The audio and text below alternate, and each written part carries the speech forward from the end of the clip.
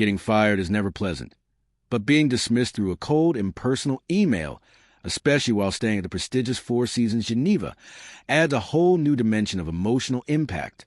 There is something uniquely jarring about receiving life-changing news on a glowing screen, in a room designed for comfort and luxury. The cold wording, effective immediately, seemed to echo through the marble halls and plush carpets, turning a five-star setting into a place of isolation and disbelief. The impersonal nature of the email stripped the moment of dignity and humanity. The words were concise and legalistic, with no explanation or empathy. There was no conversation, no chance to ask questions or negotiate, just a sudden, unceremonious end. In that instant, all the confidence and security that came from being in such an esteemed environment melted away. I felt not like a valued professional, but like a transaction that had gone bad. Terminated, processed, and deleted in the span of a few seconds. Emotionally, I was left grappling with shock, anger, and a sense of betrayal. The juxtaposition of my surroundings, soft lighting, exquisite decor, and the distant sound of the city, with the brutal finality of the message, only amplified the sense of unreality. I replayed the events leading up to the dismissal, wondering if I had missed any warning signs, or there was some way I could have prevented it. The sheer abruptness left no room for closure, no human connection to soften the blow. The isolation was particularly profound. In a bustling hotel full of people, I suddenly felt invisible, cut off not just from my company, but from my own sense of purpose and direction. The device that was supposed to keep me connected to my colleagues and my work had become the instrument of my exile. I found myself pacing the room, unsure what to do next. Should I pack up and leave, or stay and process what had just happened? In that moment, the grandeur of Geneva faded into background, and all that remained was the cold finality of an email that changed everything. Moments after receiving the termination email, the repercussions began to unfold. The deal I had spent weeks, if not months, negotiating, structuring, and championing started to unravel almost instantly. The suddenness of my dismissal sent a ripple of uncertainty through all parties involved. In the high-stakes world of international business, trust and stability are as important as numbers on a spreadsheet, and both were shattered in minutes. Clients and partners, already on edge due to the complexities of the deal, reacted quickly to the news. Some contacted me directly, seeking clarification, while others reached out to my company, only to be met with silence or vague reassurances. The abrupt change in leadership and point of contact triggered alarm bells. Key stakeholders began to question the underlying motives. Was there a scandal, a hidden risk, or a last-minute change in strategy that they hadn't been told about? Negotiations stalled, and key decision-makers became hesitant. Lawyers were called in. Scheduled meetings were canceled or postponed, pending further information. The trust and momentum built up over months dissipated in a matter of hours. The deal, once on the verge of closing, now hung in limbo. Within a day, the collapse was complete. Partners withdrew, and the opportunity dissolved, leaving behind only confusion and frustration. Looking back, it's clear how delicate these high-level arrangements can be. A single event, especially one as jarring in public as a senior executive's dismissal, can derail even the most promising projects. For me, it was a painful lesson in how quickly things can change in the world of business, and how much rides not just on the details of a contract, but on the invisible web of trust, continuity, and shared confidence that supports every deal. The irony of being fired in the luxurious setting of the Four Seasons Geneva is impossible to ignore. The hotel is a symbol of comfort, exclusivity, and refinement, a place where guests are pampered and every need is anticipated. Yet, amid the beauty and sophistication, I experienced one of the most brutal moments of my career. The contrast made the event feel surreal, almost cinematic. As I sat in a plush armchair, surrounded by elegant decor and attentive service, my mind reeled from the cold efficiency of the email. The luxury of my surroundings offered no comfort. If anything, it made the emotional blow feel even more stark. I realized that no amount of prestige or privilege can shield you from the harsh realities of the modern corporate world. Titles, salaries, and perks are ultimately temporary, and even the most opulent environment can become the stage for painful, life-altering news. This juxtaposition exposed the duality of contemporary business life. On the one hand, there is the promise of success and reward, signified by places like the Four Seasons. On the other, there is the ever-present threat of sudden, impersonal decisions made far away by unseen hands. The experience forced me to reconsider what true security means, and to recognize that sometimes the most beautiful settings can be the backdrop for the coldest acts. The suddenness of my firing and the rapid collapse of the deal didn't just affect me personally. It sent shockwaves through professional reputations of everyone involved. In today's hyper-connected business world, major decisions rarely remain private for long. News of an abrupt executive termination at a luxury hotel like the Four Seasons Geneva, paired with the loss of a significant deal, quickly became the talk of industry circles, financial news outlets, and even within clients' organizations. For the company, the reputational cost was immediate. Business partners and clients interpreted the firing not just as a change in personnel, but as a sign of internal instability or crisis. The collapse of the deal only reinforced these fears, suggesting poor leadership judgment or lack of continuity. In an environment where confidence is currency, the company's willingness to sever ties with a key executive so abruptly and with so little explanation made potential partners and investors uneasy. For clients and stakeholders, trust in the company was shaken. Many had invested not only capital but also strategic hopes in the partnership. To see it dissolve so dramatically made them question the wisdom of future collaboration. Competitors were quick to capitalize, reaching out to former partners and clients, offering stability and transparency in contrast to the chaos they had just witnessed. My own reputation was inevitably drawn into the mix. While some contacts reached out with support and sympathy, others distanced themselves, perhaps out of caution or concern for their own associations. In a world where perception can matter as much as performance, the nature of my firing and the failed deal became a cautionary tale, sometimes discussed in whispers, sometimes openly. In the aftermath, it was clear. When a company acts rashly, the reputational damage radiates outward. Recovering trust for both the organization and the individuals involved requires time, honesty, and a deliberate effort to rebuild relationships. The episode served as a reminder that, in business, how you treat people, especially in difficult moments, shapes how you are remembered long after the deal is gone. Much has been said about efficiency in the corporate world, about the need for rapid decision-making and adaptability in a fast-paced market. But behind every efficient move, there are real people with real emotion, careers, and lives.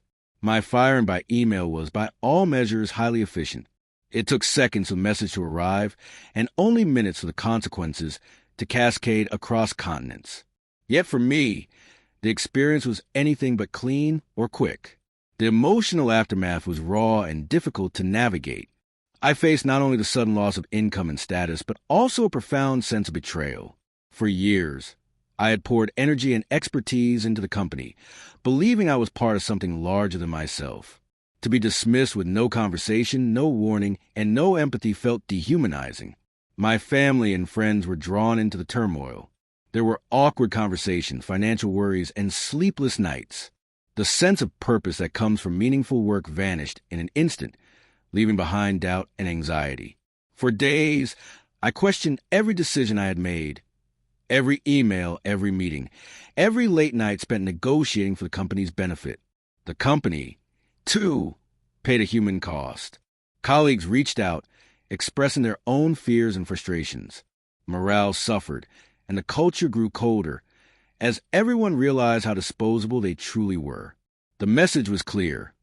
In the pursuit of efficiency, the organization had sacrificed its soul. Ultimately, the experience highlighted a universal truth. Business is, at its core, a human enterprise. Efficiency cannot be the sole measure of success. When companies forget the people behind the processes, they lose not only loyalty, but also the very spirit that makes success possible. In any crisis, communication is paramount. The story of my firing and the collapsed deal is, in many ways, a story of failed communication. The company's choice to deliver life-changing news via email, without context, explanation, or follow-up, left a vacuum that was quickly filled by confusion, rumors, and fear. Internally, team members speculated about hidden motives and future layoffs. Externally, partners and clients struggled to get straight answers. Effective crisis communication should be timely, transparent, and empathetic. In my case, it was none of these. The message was abrupt and final. There was no invitation for dialogue, no clarification about next steps, and no acknowledgement of the human toll.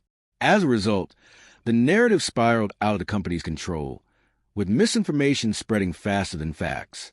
The fallout extended beyond me. My team, left in the dark, was suddenly leaderless. Partners were unsure who to contact, or whether their projects were still secure. The deal, already fragile, quickly unraveled because no one could provide clear guidance or reassurance. The silence from leadership became its own message, that people were on their own, and the company was unwilling or unable to manage the situation. Reflecting on the experience, it's clear that even in the digital age, perhaps especially then, the importance of thoughtful human communication cannot be overstated. When crisis hits, words matter. The right communication can steady nerves, rebuild trust, and chart a path forward. The wrong approach, or no approach at all, only deepens the damage and ensures that the story will be told by someone else. The experience of being fired by a cold email at the Four Seasons Geneva brought into sharp relief the clash between cultural expectations and corporate reality, especially in an international business context. Switzerland, and Geneva in particular, is renowned for its diplomacy, discretion, and a certain standard of etiquette in both social and business affairs. The Four Seasons itself is a symbol of this tradition, where personal touches and respect are paramount. Receiving such impersonal news in this setting made the situation feel even more surreal. In many cultures, particularly across Europe and in executive circles, there's a deep-rooted expectation that life-changing or sensitive information is delivered with empathy, ideally face-to-face, or at least by direct conversation. The abruptness of an email, devoid of emotion or context, felt not just unprofessional but almost culturally offensive, a violation of the unwritten rules of respect and human decency. This was not lost on colleagues or business partners, many of whom expressed shock at the lack of tact and humanity. In their eyes, the method of my dismissal was not just a reflection on me, but a direct commentary on the values and culture of the organization itself. It signaled a disconnect between the company's external image, polished, global, sophisticated, and its actual practices, which have become transactional, bureaucratic, and indifferent. This dissonance is not uncommon in today's globalized corporate landscape. Companies, especially large multinationals, may adopt universal policies or technological efficiencies that overlook important cultural nuances. What's considered acceptable or efficient in one country or industry can be viewed as disrespectful or even damaging in another. My experience served as a stark lesson in the importance of cultural literacy and emotional intelligence for leaders.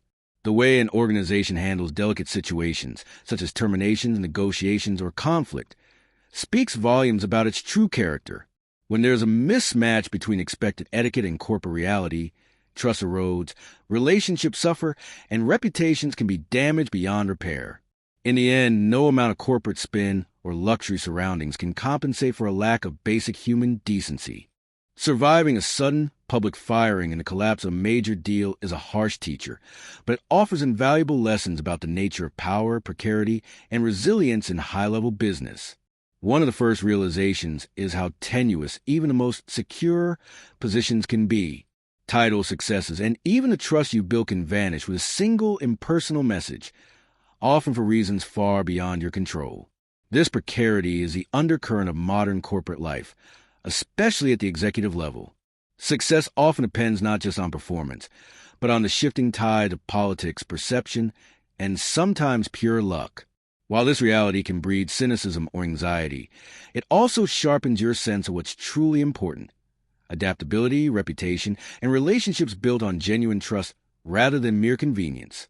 Power, I learned, is both real and illusory. You may feel powerful sitting in a suite at the Four Seasons, negotiating deals worth millions, but real power lies in how you respond to adversity. The ability to stay composed, to communicate honestly, and to maintain your integrity under pressure. These are the qualities that endure after titles and contracts are gone. The experience also reinforced the importance of self-advocacy and network building. In the aftermath, allies, inside and outside the organization, became lifelines. Their support and perspective provided the encouragement and insight needed to begin rebuilding. I learned to be more proactive in managing my own narrative, clarifying what happened, and focusing on the strengths I could bring to new opportunities. Ultimately, while the experience was deeply unsettling, it became a turning point, a chance to reassess priorities, strengthen resilience, and approach the future with greater wisdom and humility. In the volatile world of high-level business, there is no absolute security, but there is always the opportunity to learn, to adapt, and to move forward stronger than before.